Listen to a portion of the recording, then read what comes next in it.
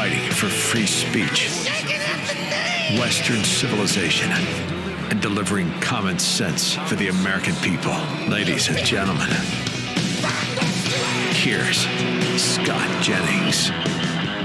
Okay, it's Tuesday, January 13th. We're on day 2 of our 3-day tour this week here in the Sunshine State. Tomorrow, we're heading up to Tallahassee. Governor Ron DeSantis joins the show, as does Florida Attorney General James Udemeyer. We'll have a good day up in Tallahassee tomorrow. Now, we wore it out last night with the Club 47 people in Palm Beach. They had like 1,000 folks jammed into that place. I signed hundreds of books. I want to thank my friends, the Snowdens, for the great invitation to be in Florida with some incredible Patriots last night. At 33 minutes past the hour, this hour, Josh Kraushaar, editor-in-chief of Jewish Insider and a political analyst for Fox News, comes by to talk about this synagogue attack in Mississippi. Was the perpetrator inspired by anti-Semitic talk emanating from the likes of people like Candace Owens? We'll discuss, and we'll also talk about what President Trump may be about to do to help the protesters in Iran. Josh Kay, one of the smartest guys in D.C., is here to break it down. We'll start with the breaking news of the day out of Washington, with President Trump in Detroit today. Speaking to the Detroit Economic Club, Republicans on Capitol Hill are prepping a budget reconciliation package to support his agenda. The Republican Study Committee in the House has released the following video today. Let's hear it. How are we going to pass some bills? We need to do another reconciliation bill, and we can do it with all Republican votes. Let me see if I can reach him real quick. There will be another effort at reconciliation. There are a lot of things that we can do in that reconciliation bill. He's very bullish, as I am, on a second reconciliation package. 2025 was an incredible year, but there is more to be done with the tool called budget reconciliation. We've got to codify more and more of what the president has done on the executive branch side, but we have much more to do. Please bring another reconciliation bill. We can do so much. There's been a lot of chatter about a second reconciliation bill. Hey, what are we waiting for? Let's make the American dream affordable again. The RSC is leading the way, but it's time to go. That voice you just heard, Chairman of the Republican Study Committee, August Pfluger, Congressman from the 11th District of Texas. August joins me today. It was good to see you, sir, last week in Washington. You've got a big announcement today. A plan for Republicans to pass some bills and show the American people that the GOP is serious about tackling cost of living in this country. Chairman Pfluger, tell us about what's going on in the office today. Well, Scott, I'm not sure I can say it any better than that video, so I will summarize. But making the American dream affordable again, this is the framework. You saw the video. But what are we really talking about here? We're talking about, if we don't do this, this is political malpractice. We have a tool. Let's get after the things that Republicans have long sought to finish and to do. Let's carry over the wins from 2025.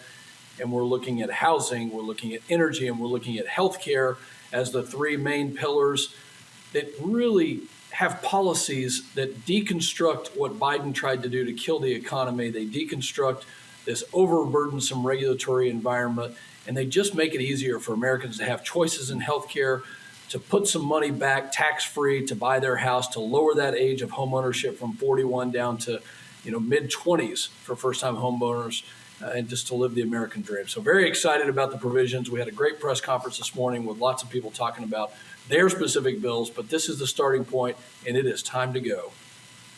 Okay, just for our listeners' knowledge, budget reconciliation is a process on Capitol Hill that allows legislation to pass and effectively bypass the 60-vote threshold that's needed to pass most things in the Senate. So if Republicans, under Chairman Pfluger's plan, can get things out of the House, it can go over to the Senate, and then only Republican votes would be needed to pass it over in the Senate. Chairman Pfluger, one of your ideas for solving the housing situation that we face in this country is selling off government property and buildings that aren't being utilized. Do you have an estimate of just how much land of this type is available? Well, it's hundreds of billions of dollars of federally held buildings that would help us to pay for some of these other provisions. So as far as the land is concerned, that's what we want the executive branch to do, is that audit to tell us how much land, how much money, how much revenue is at stake here. But when it comes to the surplus of the lack of surplus, the lack of supply of housing, especially for first-time homeowners, it's just really sad. I mean, Europe has gone through this over the past couple of decades.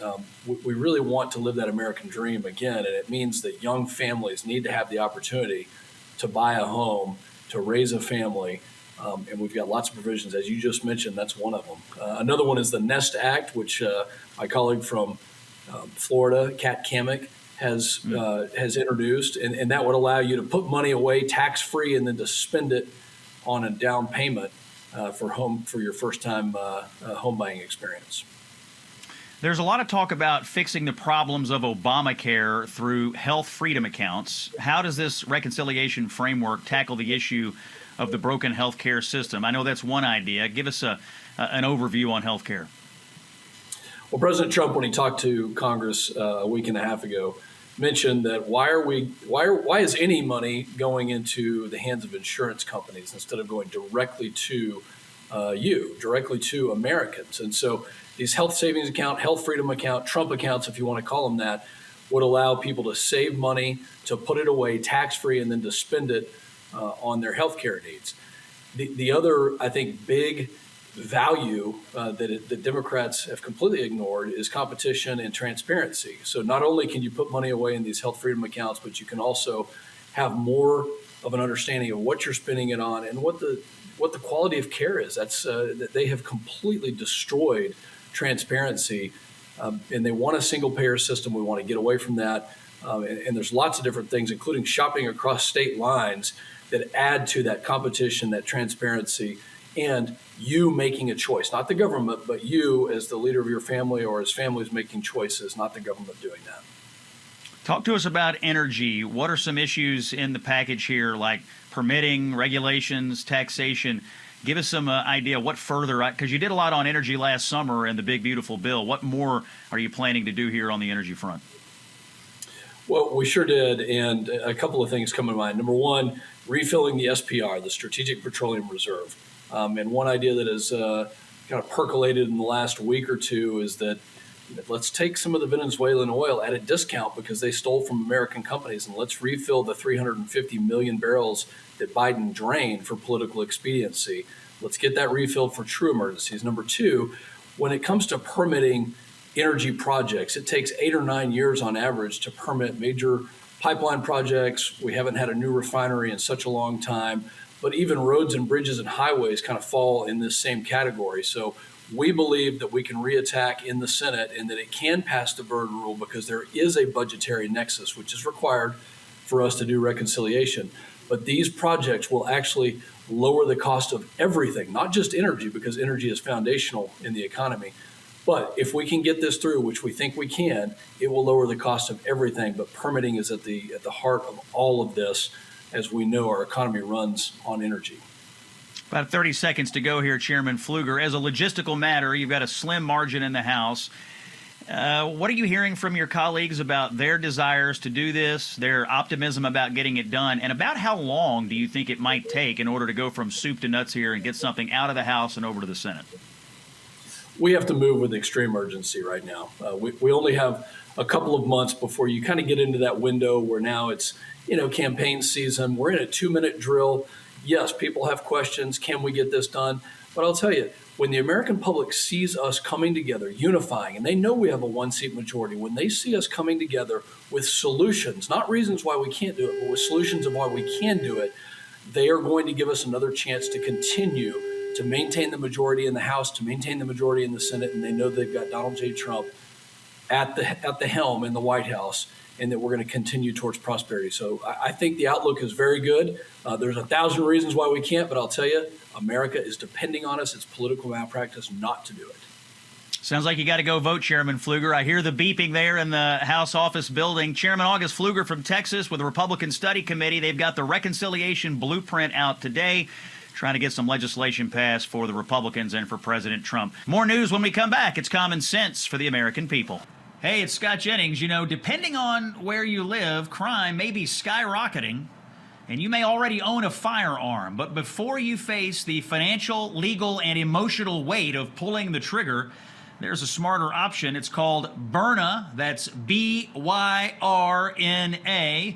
Byrna makes a less lethal launcher that fires tear gas and kinetic rounds designed to stop an attacker for up to 40 minutes. That gives you time to escape and call for help without deadly consequences. Their best-selling compact launcher is sleek, slim, and incredibly powerful. It's about the size of a smartphone, and it is ideal for concealed carry. It's comfortable, discreet, and confidence-building. It fires at 400 feet per second with serious stopping power, enough to shut down a threat fast without the legal and moral complexity of lethal force. Byrna is proudly American. Over 80% of the components are U.S. sourced.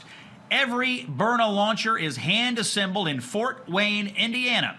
With over 750,000 of these things sold worldwide, Byrna is best in class. It's legal in all 50 states. No background checks. Comes right to your door. Learn more at Byrna.com, Byrna.com. Now, for America's favorite pundit, it's Scott Jennings. It's Tuesday, January 13th, and on this date in 1968, Johnny Cash famously performed at Folsom State Prison in California. Now, let's do some news. Beloved cartoonist and social media presence Scott Adams has passed away from a battle with prostate cancer. He was 68. You know him as the cartoonist behind the Dilbert comic strip.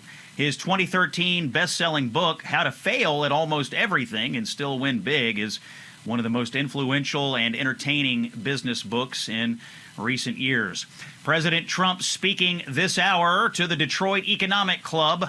Just before leaving Washington on that trip, he issued a statement that he had canceled all meetings with the Iranian regime, and he encouraged the protesters in the streets of Iran to keep going.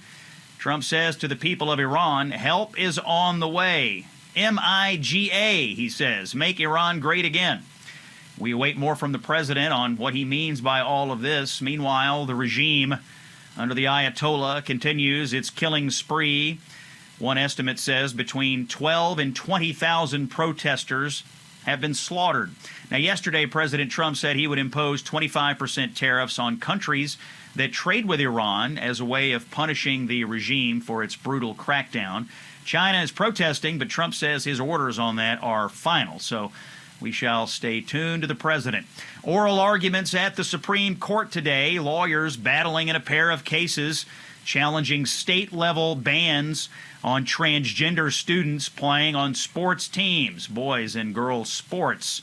The issue here. Inflation numbers came in today. Not bad at all. The Consumer Price Index rose 2.7% in December, same as last month, meeting expectations.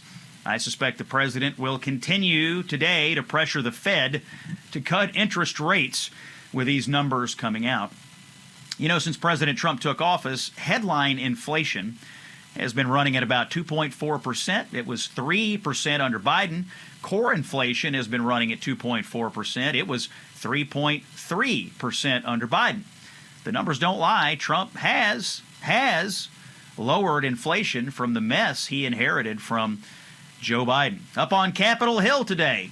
Well, actually, not on Capitol Hill today. Bill Clinton did not show up for his deposition with a House Oversight Committee today in the Epstein matter. House Republicans will move to hold him in contempt of Congress. Oversight Committee Chairman Jamie Comer of Kentucky, friend of the show, says they need to talk to Bill Clinton about his long-standing dealings with Jeffrey Epstein. He visited the White House. Jeffrey Epstein visited the White House 17 times while Bill Clinton was president. I've been in Congress 9 years. I think I've been to the White House 9 times in 9 years. Epstein was in the White House double the amount of time that I was under one president. And then we know that Bill Clinton flew on Epstein's plane somewhere around 27 times after the presidency. Hillary Clinton is supposed to show up tomorrow for her deposition. We'll see if she comes to the office. And next week, this just into the show, former special counsel Jack Smith will testify in public in front of the House Judiciary Committee, January 22nd, the date for that. His closed-door testimony raised a lot of eyebrows when the transcripts came out. Smith was way out over his skis, it seemed to some of us. The Trump administration is ending temporary protection status, or TPS, for Somalia. This affects several thousand Somalis currently living in the United States and several hundred currently living in Minnesota under that protection.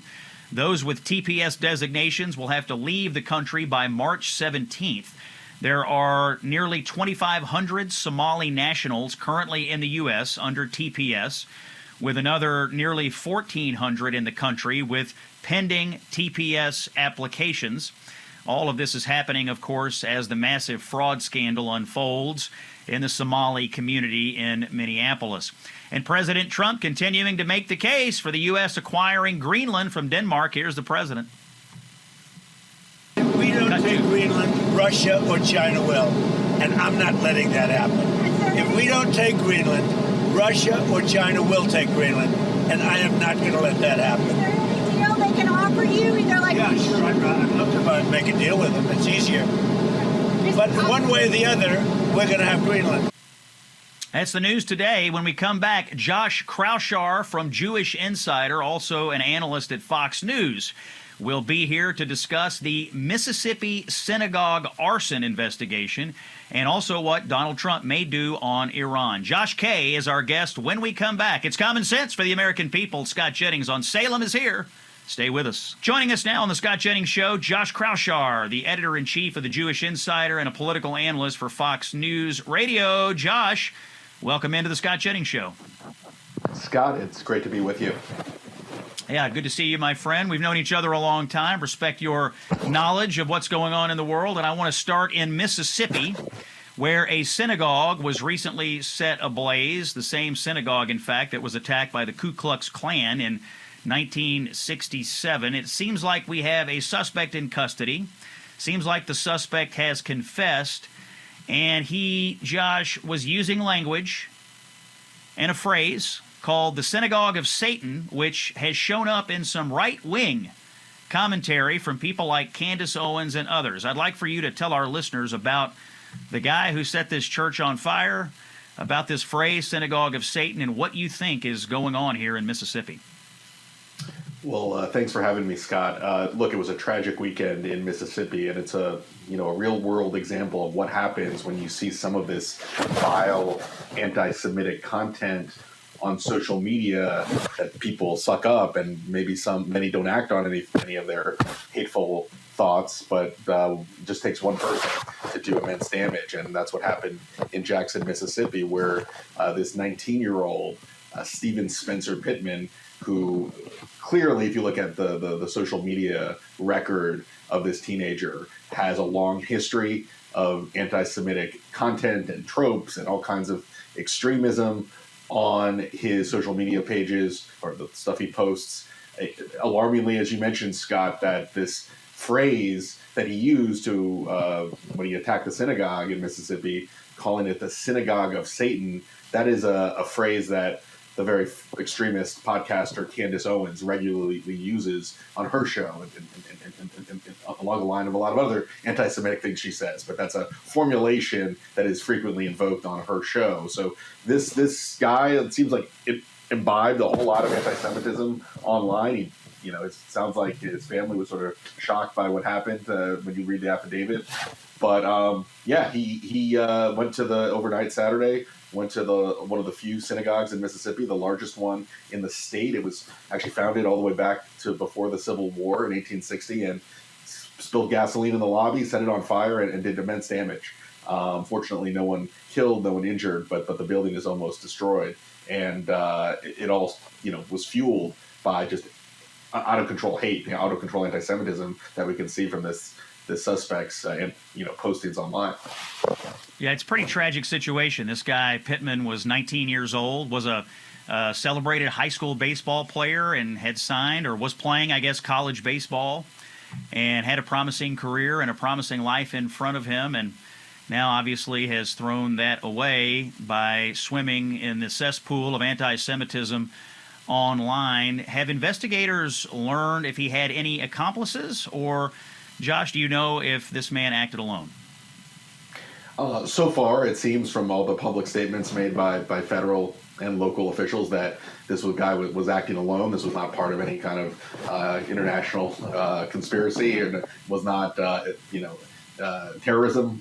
It was domestic terrorism. It wasn't international terrorism. But the worry is that there could be a lot of lone wolves, like Pittman, people who again are just listening to podcasts that are extremist, going on social media and kind of being fed just raw anti-Semitism that is proliferating. We know that you've talked a lot about this, Scott, and I commend you just for all the attention you've given to the scourge in our kind of media ecosystem. But it's really alarming just how many people are kind of trying to mainstream anti-Semitism into an ecosystem where there's increasingly very few gatekeepers. It used to be this stuff was just not accepted, and now anyone can find it pretty easily on their iPhone when they go to the mainstream or the major social media platforms. So this guy clearly was he was 19 years old, so was immersed in this stuff, and then he commits this horrible crime. We know also that he's facing federal arson charges. I believe it carries up to a 20-year prison sentence, but we don't have any word if there's going to be any federal hate crime charges, which often come with these types of situations. So that's the next shoe to drop, I think, in terms of looking at this case.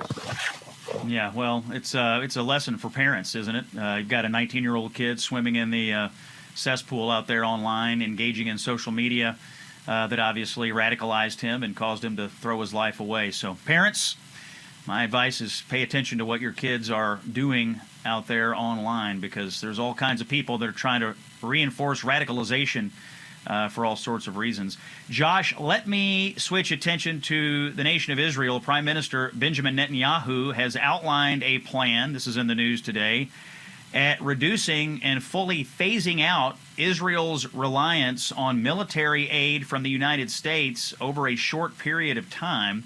Tell us about this story. This has really raised a lot of eyebrows in Washington, D.C. I think even Donald Trump was kind of shocked that Netanyahu has said this out loud. What is going on with Netanyahu and the relationship between the U.S. and Israel when it comes to military aid?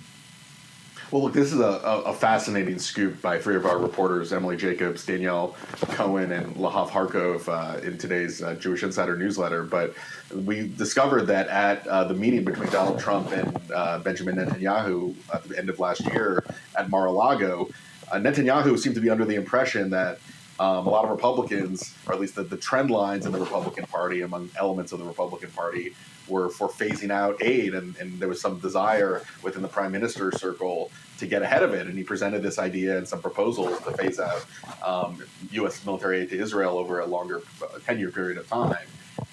And Trump, according to our sources, was totally caught off guard. He thought this was bad strategic advice. It was bad political advice, and he didn't know where this was coming from. From my vantage point, it's sort of a lesson that everyone seems to be very online. I look at polls. I look at we do the reporting. We talk to folks on Capitol Hill that actually are in power, and a lot of the stuff you see online isn't necessarily reflective of where the Republican Party is, where the White House is, where the conservative movement is. But look, my impression was that the Israeli prime minister and some of his top political advisors, people who follow U.S. politics, were under the impression that some of these podcasters, some of these very online folks represent a very, very significant faction in the party. Now, it's real, and don't get me wrong, there are folks who are less instinctively supportive of giving money to Israel as part of the close U.S.-Israel relationship that's been around for decades, helping their military superiority in the region. But I think you look at the polls, you talk to lawmakers on the Hill, and certainly on the Republican side, that is not a widespread sentiment. And the telling nugget is that Trump just thought Bibi was sort of out of his mind, that this was not a smart, strategic way of going about things. So it's another reminder. I mean, I say this a lot when I kind of assess politics, broadly speaking. What you see on Twitter, what you see on Facebook, what you see on all these social media platforms, it's not real life all the time. Maybe occasionally it is, but a lot of the times it does not reflect what the reality is politically or otherwise. So it's a very interesting situation where Israel thought they were trying to get ahead of what they thought were movements in U.S. politics that may not be as real as he thought they were. Let's talk about Iran. President Trump, before leaving to Detroit today, told people in a statement that he had canceled all meetings with the Iranian regime. He had previously said they had reached out to do some negotiating. And he told the protesters in the streets there in Iran to keep going and that help is on the way. He said MIGA, M-I-G-A, make Iran great again, I suppose, is what that means. Is it your belief, Josh, that the president has made a decision to engage militarily in Iran on behalf of the people and against the regime? Well, here's what I can tell you, Scott. First of all, like you noted, the signal that Trump posted to his Truth Social saying clearly help is on the way is, I think, a clear signal on what the president's intentions are going to be vis-a-vis the Iranian regime and their continued murder and repression against their own citizens who are protesting for more freedom and against the economic situation in their country. There's unanimity, I've been told, within the administration. It's not, there's no fact, there's a lot of reporting on different factions that have emerged, but what I've heard, everyone from the vice president onto Secretary of State onto the national security officials have all been supportive of a military option, and it seems like that is what is favored at this point. The question is, what does the military option look like? Are there cyber attacks? Is there targeting of the Revolutionary Guard, the extremist military faction within the state? Do they target the Iranian nuclear program, ballistic missiles, which I think would be more aggressive and maybe less likely? But there are a whole range of options. I don't think they've settled on any one pathway. They also, I think the Pentagon would need to move some forces into the region. I think that would take a little bit of time, so I don't expect anything imminently. But it does seem like the Trump administration is signaling that they're going forward with some kind of military action against the Iranian regime. Got about 20 seconds here before we need to take a break, Josh. What's amazing to me is the silence from the left and from the celebrity community. We've got maybe 20,000 protesters, some estimates say now, killed by the regime. I don't see any protests on college campuses or all over the place out there. When is the left in America going to realize of the human rights atrocities that are being committed against the Iranian people? 10 seconds, Josh. Well, yeah, I mean, Scott, a year or two ago, you had campuses that couldn't even teach because they had people convulsing against Israel and trying to fight against Hamas. You don't see anything like that against Iran, and it tells you a lot about the state of our campuses these days. No kidding. That's Josh Kraushaar. He's editor-in-chief of Jewish Insider. We're going to talk congressional elections and other politics when we come back. You're listening to Common Sense for the American People. It's Scott Jennings on Salem. Stay with us. The voice of free speech. The truth delivered. Common sense for the American people. Welcome to the Scott Jennings Show. Okay, it's Tuesday, January 13th, hour number 2 of the Scott Jennings Show here on Salem. We are paying attention to President Trump today. He is in Michigan. He is due to address the Detroit Economic Club today. We'll see what the president has to say. Just a few minutes ago, he spoke to reporters, and coming up at 22 minutes past the hour, we're going to play you a few of the comments made by the president about the auto industry and some other economic issues. So stay tuned. We're monitoring the president's trip to Michigan. Joining us, however, now from the great state of Texas is Senator John Cornyn, a legend in the Senate from the Finance, Judiciary, Intelligence, Foreign Relations, and Budget Committees. Senator Cornyn, thanks for coming back to join us here on the Scott Jennings Show. You bet, Scott. Great to be with you. Thank you, sir. I want to start by playing a clip of a colleague of yours, Senator John Kennedy of Louisiana. He has been begging for the Republicans on Capitol Hill to do another budget reconciliation process. We heard from August Pfluger of Texas in the previous hour. They've released a framework. Let's hear from Senator Kennedy about what he has to say. We need to do another reconciliation bill. To fix the welfare system and stop the stealing. Stop the stealing. And we can do it with all Republican votes. So please, Senator Thune, pretty please, as I've said before, I'm shameless, I'll beg. I'll get down on my knees. John, please bring another reconciliation bill. We can do so much, but we can start with fixing welfare fraud. Please, John, please let us do the bill. I don't want to end on a negative note. I might hurt my back going down, Mr. President. For those of you listening on radio, Senator Kennedy got down on his hands and knees on the Senate floor. Senator Cornyn, is a reconciliation bill like what was used to pass the big, beautiful bill the only way for Republicans to pass meaningful legislation in 2026? Well, they broke the mold when they made John Kennedy, but he's not wrong. And I'm encouraged to see that the House is taking some first steps. The Working Families Tax Cut Act, which was the seminal piece of legislation we passed during President Trump's first year of his second term, has so much in it. And unfortunately, Democrats won't cooperate, so reconciliation may be the only way we're able to pass additional legislation. But it would help a lot if the House, given the narrow margins that Speaker Johnson has, if they were able to put together a bill. I'm confident the majority leader would put it on the floor of the U.S. Senate. But I'm waiting to see whether they can pull that off. It seems like the framework that the House Republican conservatives are issuing today includes provisions on health care, affordable housing, and energy. Is there anything specific that you would like to see in a reconciliation bill if one came across over from the House and landed in the Senate? Well, we did a lot to address fraud in our welfare system with making sure that only American citizens and people who are here legally are able to access things like food stamps and Medicaid and the like.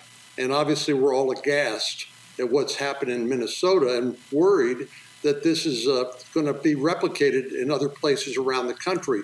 So I think there's more we can do. But, unfortunately, the Democrats are still stuck on this opposition to anything and everything that President Trump has proposed. But the president has said he wants to do away with the filibuster, the 60-vote requirement to pass legislation here. One way to do that is to pass another reconciliation bill, even with the limitations that has. But if we're able to get this done out of the House, I would welcome them sending it over here to the Senate and do more anti-fraud protection. Let's move to international affairs, Senator Cornyn. The president today has rattled the American saber, and he has said to the activists on the streets of Iran that help is on the way. He says he's canceled meetings with the Iranian regime. I guess they had called to negotiate. We have reports that 12 to 20,000, perhaps, protesters have been slaughtered by the regime.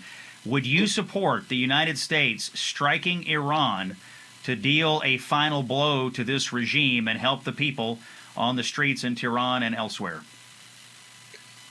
Well, we do need to come to the aid of these Iranians, these brave Iranians who are protesting this theocratic regime, which is essentially a police state, as you know, and has been since roughly 1979 during the Iranian Revolution.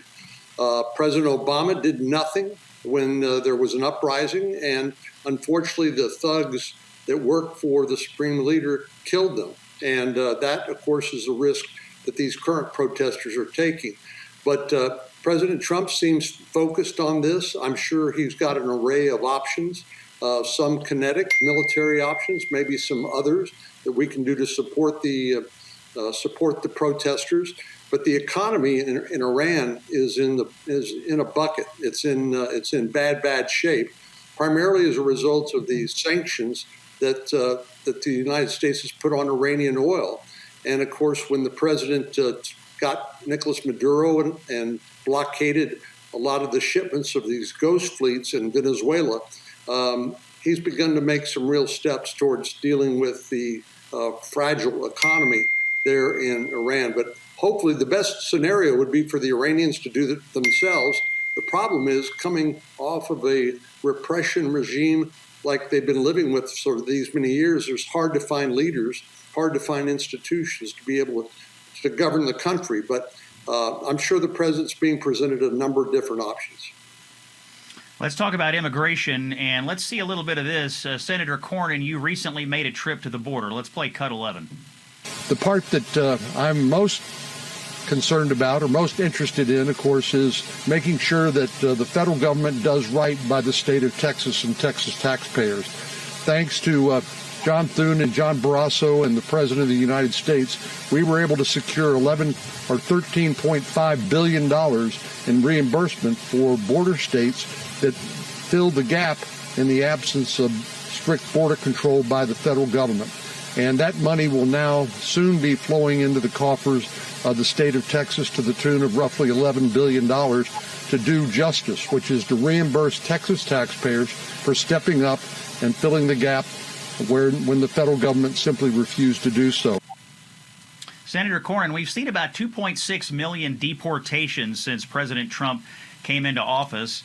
About 600,000 are active law enforcement deportations. About 2 million are actually people who have self-deported. Is this deportation system happening quickly enough for you? And what are you experiencing on the ground there in Texas as it relates to interactions between the state and ICE and the Department of Homeland Security? Well, I was glad to welcome some of my colleagues to the border again. I've done this over the years just so they could become acquainted with the unique nature of our border. But it was like night and day, Scott, from about a year and a half ago. When you went there a year and a half ago, you'd still see people streaming across the border, turning themselves in and claiming asylum or being paroled into the country by the Biden administration. They made no pretense at actually securing the border. That's all changed under President Trump. The border's secure, and I think we were there to celebrate the inclusion of about $150 billion of additional support for our Border Patrol and immigration enforcement personnel.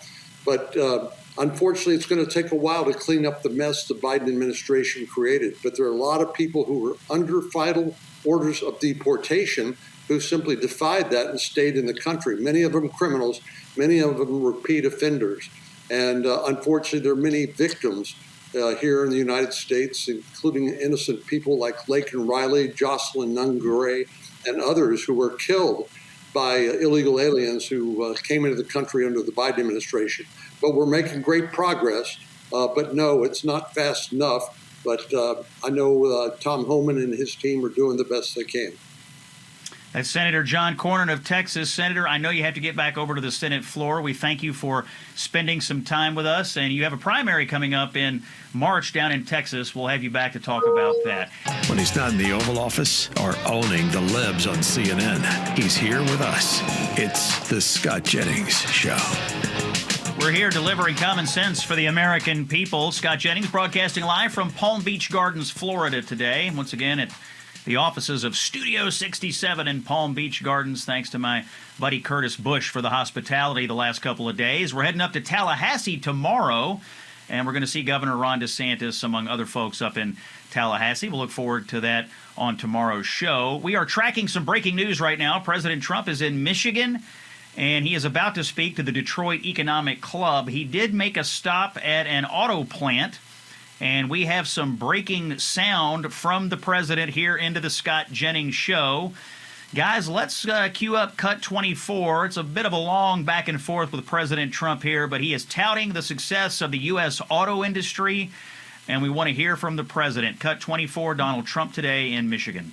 Hello, everybody. This is Bill Ford, and he's just expanded the plant and went to 24 hours and 24-hour shifts. And Jim Farley, you know, everybody knows Jim is a legend in the industry, but they're just saying their business is better than ever. They're doing 24 hours, Jim, now, 60 round the clock, and they do expansions, and they're building more plants in the United States because of tariffs. And Jim said, and Bill very strongly confirmed, they've never seen anything like it. In all of the years that they've been in business, they've never seen what's happening now like it. So it's a great honor. But so this plant, you might talk about it. This plant goes 24 hours around the clock. Before, it used to go 3 hours around the clock. No, it will. So we're adding a third shift, and it's going to be running, as the president said, 24 hours, 6 days a week. And that just shows the demand there is for this product, which is the best-selling product, as you all know, in America, and it just gets hotter and hotter. So we have a great relationship with the president and his whole staff. They've been great to work with for us. He personally is incredibly responsive every time we need something or a call. We very much appreciate it, and we couldn't be more excited. We're adding market share. We're growing as a company. We're adding jobs, not just here but elsewhere. Times are good for us. And all of the U.S. automakers now are doing great. And before they were having a really hard time. The environmentalists would not have let them survive. So the back and forth there between President Trump, and that was the CEO of the Ford Motor Company, Jim Farley. They're touring a Ford plant, Ford talking about expanding operations. And let's cue up, guys, cut 27 here. Donald Trump talking broadly about the U.S. auto industry. This is a big focus of his visit to Michigan today to speak to the Detroit Economic Club. Here's more of the president. Everybody said that the cars are dead in the United States. If you go back 4 years ago into the middle of the Biden administration, everybody was closing up their plants. Now we have more plants being built in our country than at any time in history. Nobody's ever seen anything like it. And it's the election, November 5th, and it's other things, but it's also, I think, maybe the biggest part, the election, because I'm the tariff person. And everybody now admits that I was right on tariffs. And I hope that we win the Supreme Court case. President alluding to the case that we're waiting on a decision from the Supreme Court. This is the case challenging his ability to levy tariffs. He has argued vociferously for months and months and months to anyone who will listen, including yours truly, when I interviewed him here on this show and for my book and in other places, that the president's ability to levy tariffs is an economic tool that has led to a resurgence in manufacturing in the United States. He also views it as a diplomatic tool that he's been able to use to leverage against other countries and get outcomes that are advantageous to U.S. diplomacy. Let's play one more clip from the president. This is cut 25, and how all this is affecting our relations with Canada and Mexico. Here's Donald Trump. I don't even think about USMCA. I mean, I want to see Canada and Mexico do well, but the problem is we don't need their product. We don't need cars made in Canada. We don't need cars made in Mexico. We want to make them here. And that's what's happening. Everybody's moving here. From Canada, they're coming here. From Mexico, from Japan, from Germany, from all over the world, they're coming here. They're opening up their plants. Bill is lucky because he's had a lot here, but when he doesn't have it here, he's moving here. They're doing big expansions forward. But they're all doing great. The car industry is exciting, and to be honest with you, Bill, every industry is exciting. Yeah, just like this.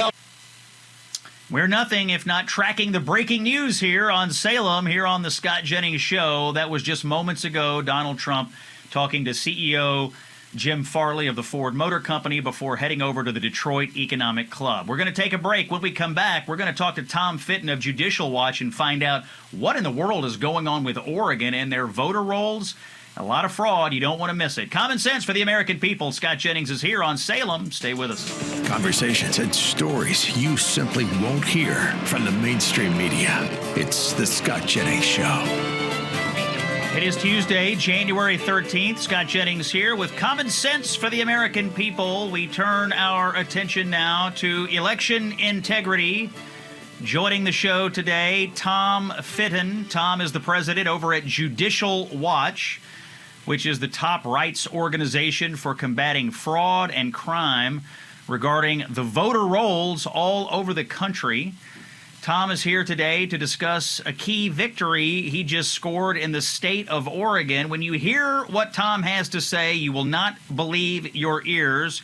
Tom Fitton of Judicial Watch, welcome to the Scott Jennings Show. Hey, Scott, it's good to be with you. Thanks for bringing us on to talk about this important issue.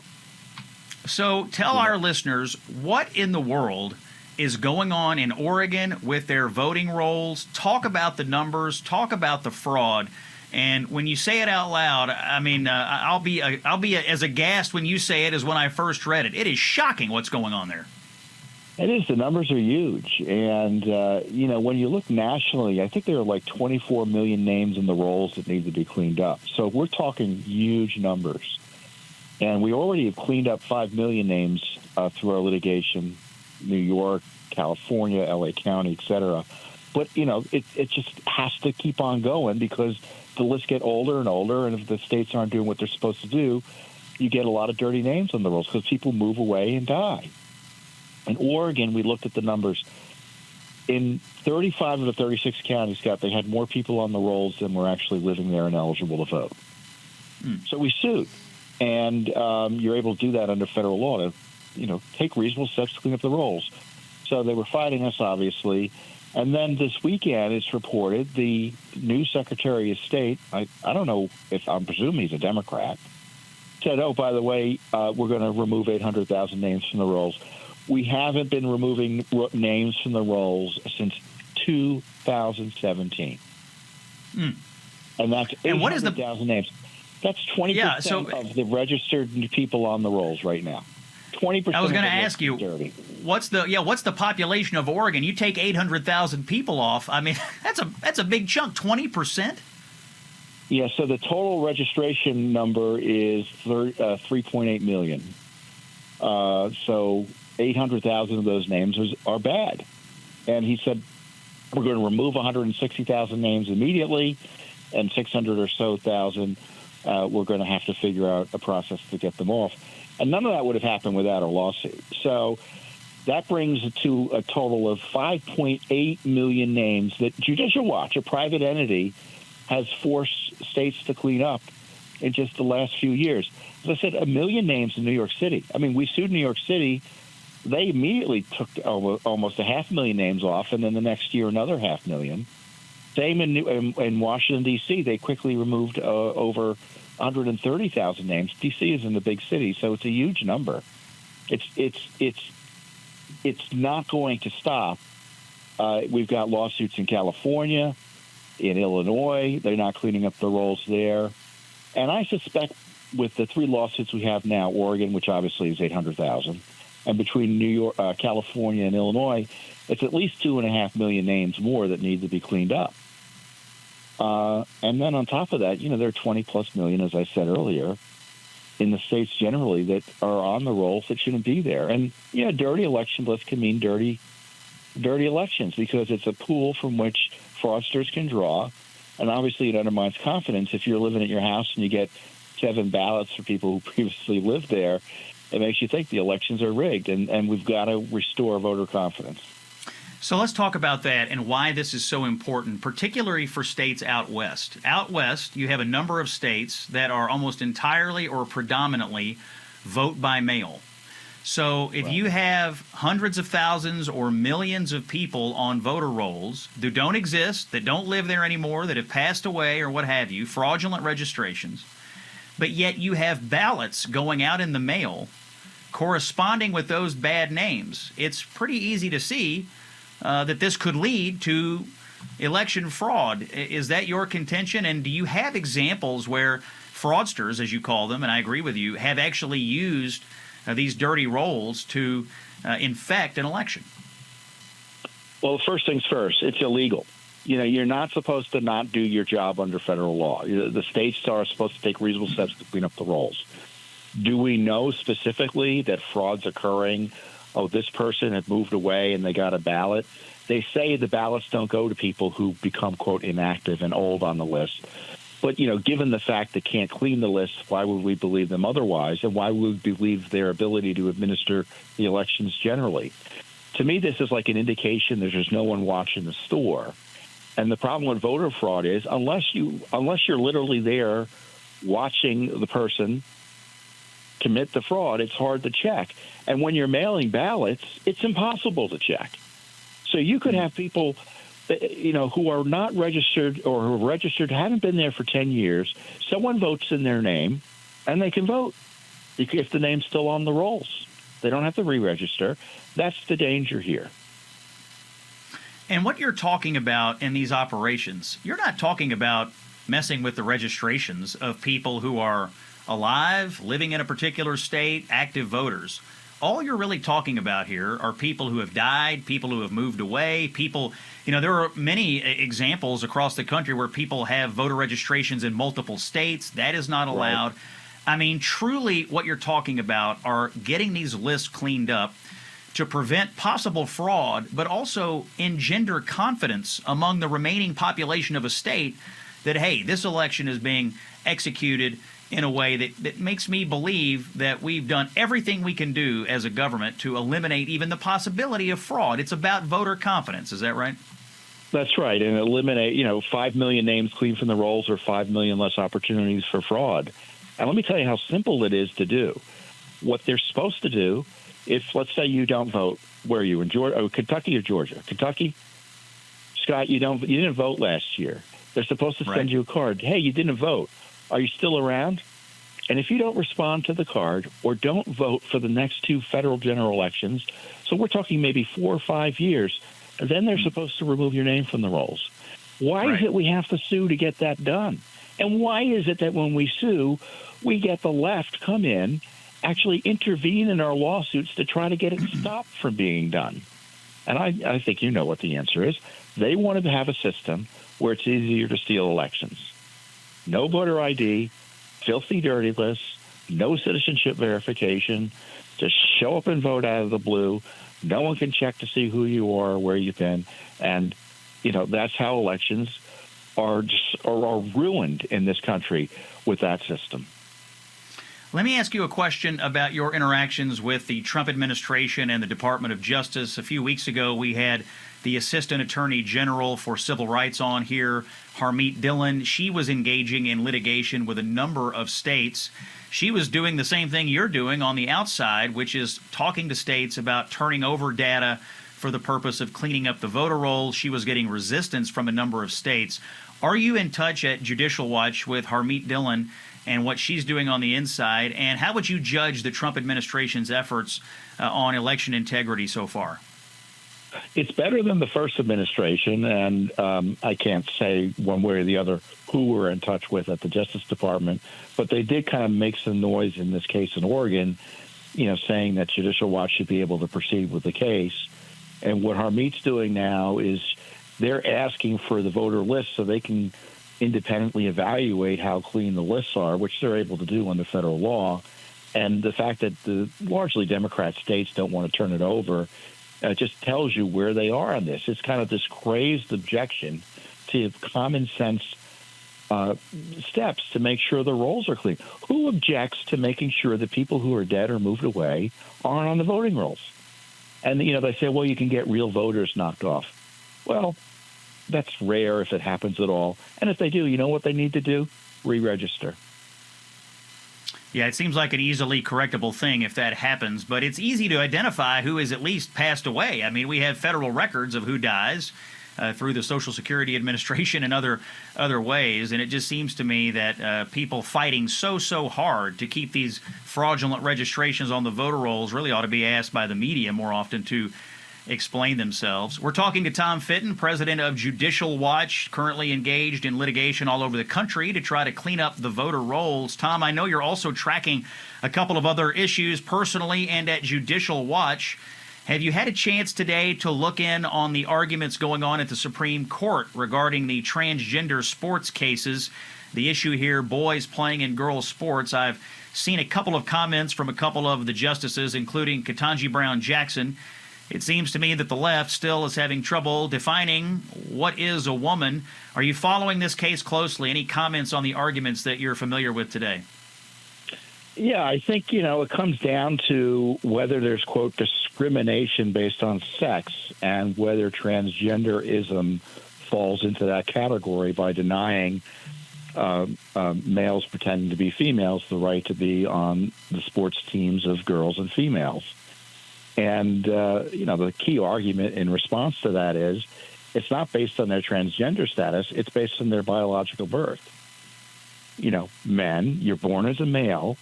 Doesn't matter if you're transgender or not. You can't be on a female sports team and vice versa.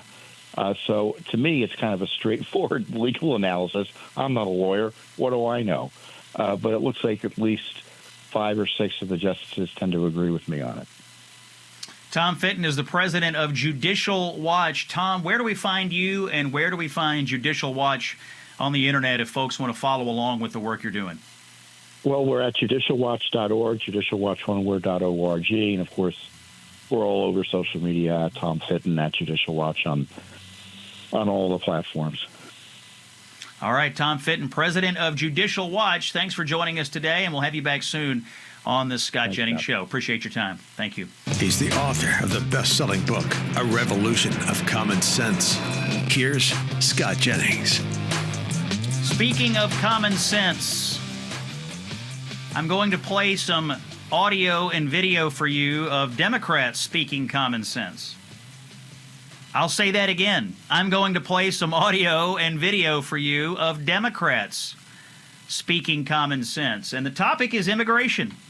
Now, these are voices and faces that you will recognize, and it's a lot of it. But I think we should hear from leading Democrats like Hillary Clinton and Bill Clinton and Barack Obama about what we should do with illegal immigration and whether we should enforce immigration laws in this country. Let's hear from those luminaries of the Democratic Party, please. If you're a criminal, you'll be deported. If you plan to enter the U.S. illegally, your chances of getting caught and sent back just went up. The actions I'm taking are not only lawful, they're the kinds of actions taken by every single Republican president and every single Democratic president for the past half century. I think we got to have tough conditions. Tell people to come out of the shadows. If they've committed a crime, deport them. No questions asked. They're gone. All Americans, not only in the states most heavily affected, but in every place in this country, are rightly disturbed by the large numbers of illegal aliens entering our country. The jobs they hold might otherwise be held by citizens or legal immigrants.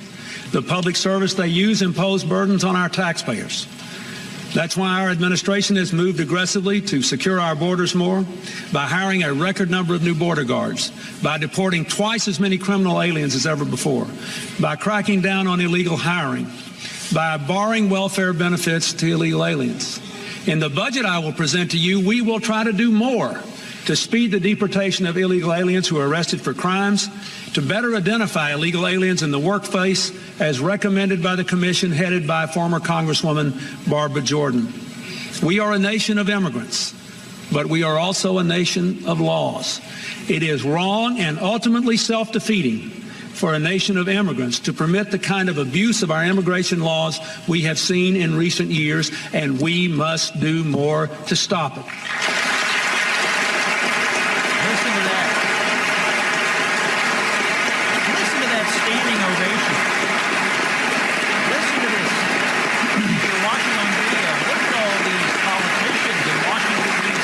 I've read both the Minnesota.